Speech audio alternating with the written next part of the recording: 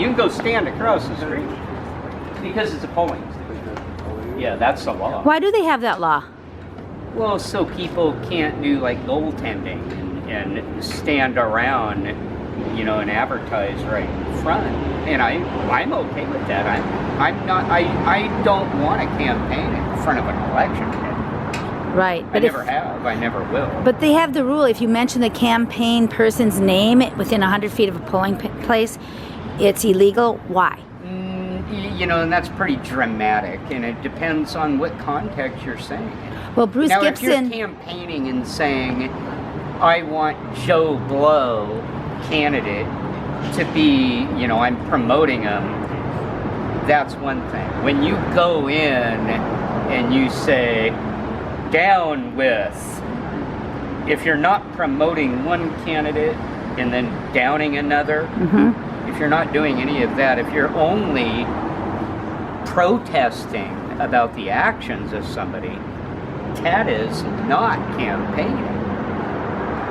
Not unless you say, not unless you say, "I'm better than that, I can do better than that," not unless you're going to put a comparison. But now, for Bruce Gibson's opponent, and we won't say names, but for his opponent, if his opponent, any opponent, was out here to try to do that, yeah, there would be a definite problem there. But yeah, I mean, Elena Cano she's already elected. She's not running for anything. So she's free game. She could be talking to being elected. Yeah, how do you imagine that? I still don't understand.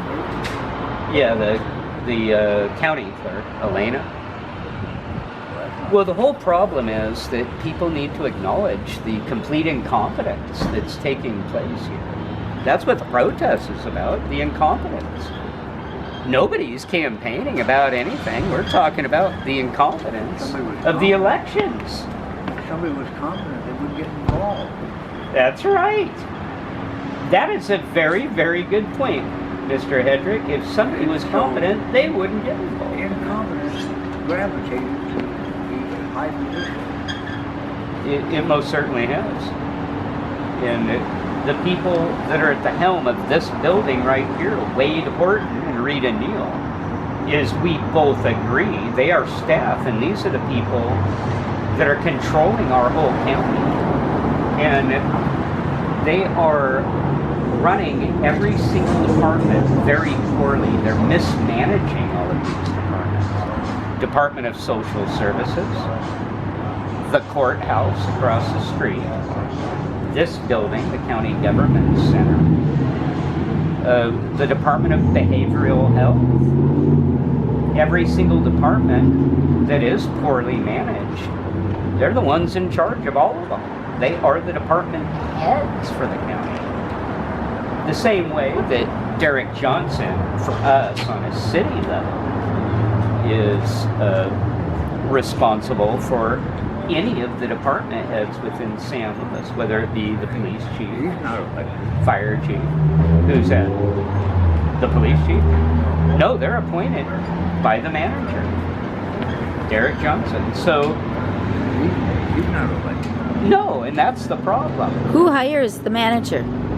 That would be the human resource manager, is the one who looks for the managers, but it's the actual boards that vote, and they vote or don't vote based upon the recommendations of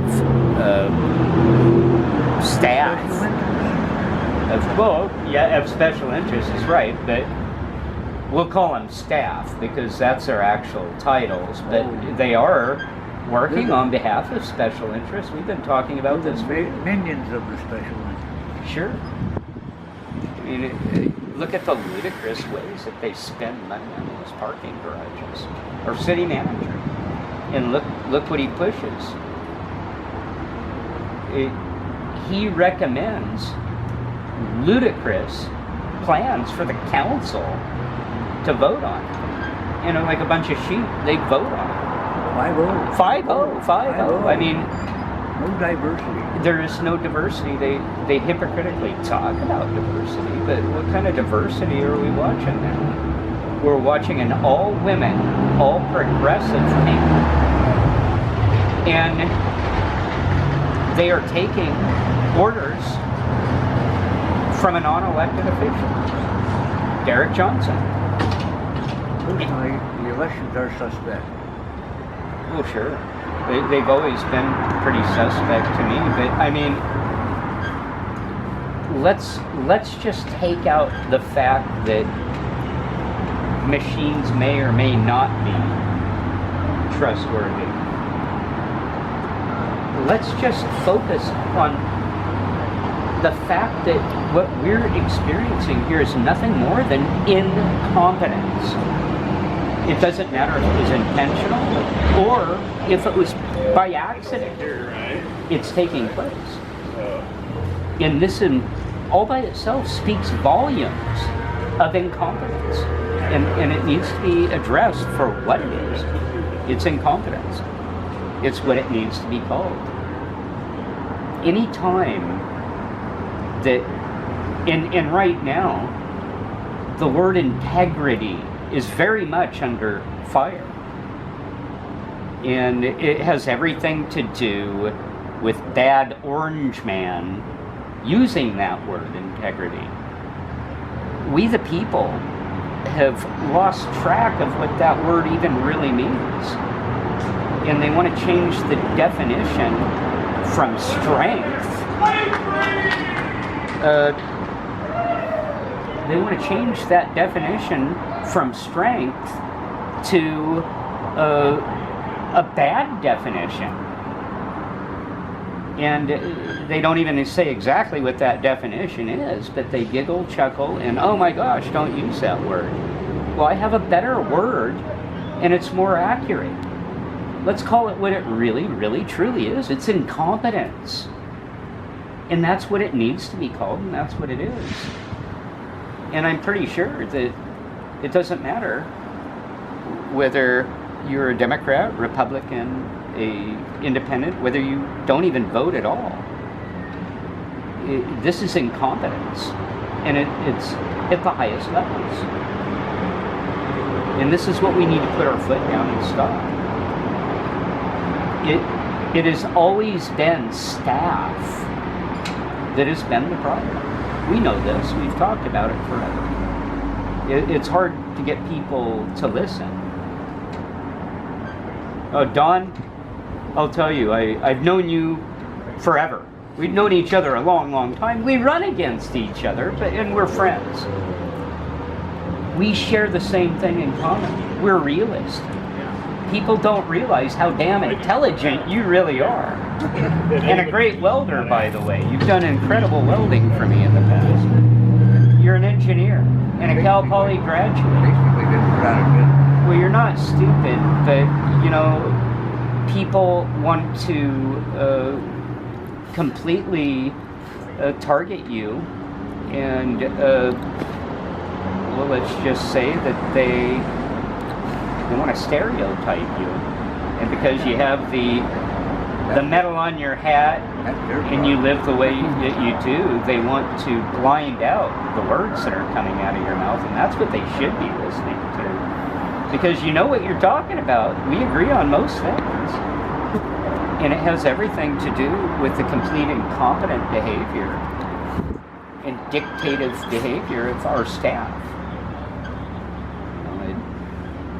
Regardless of, you know, who gets elected, nothing is ever going to change until we address that real problem and get rid of the problem of staff.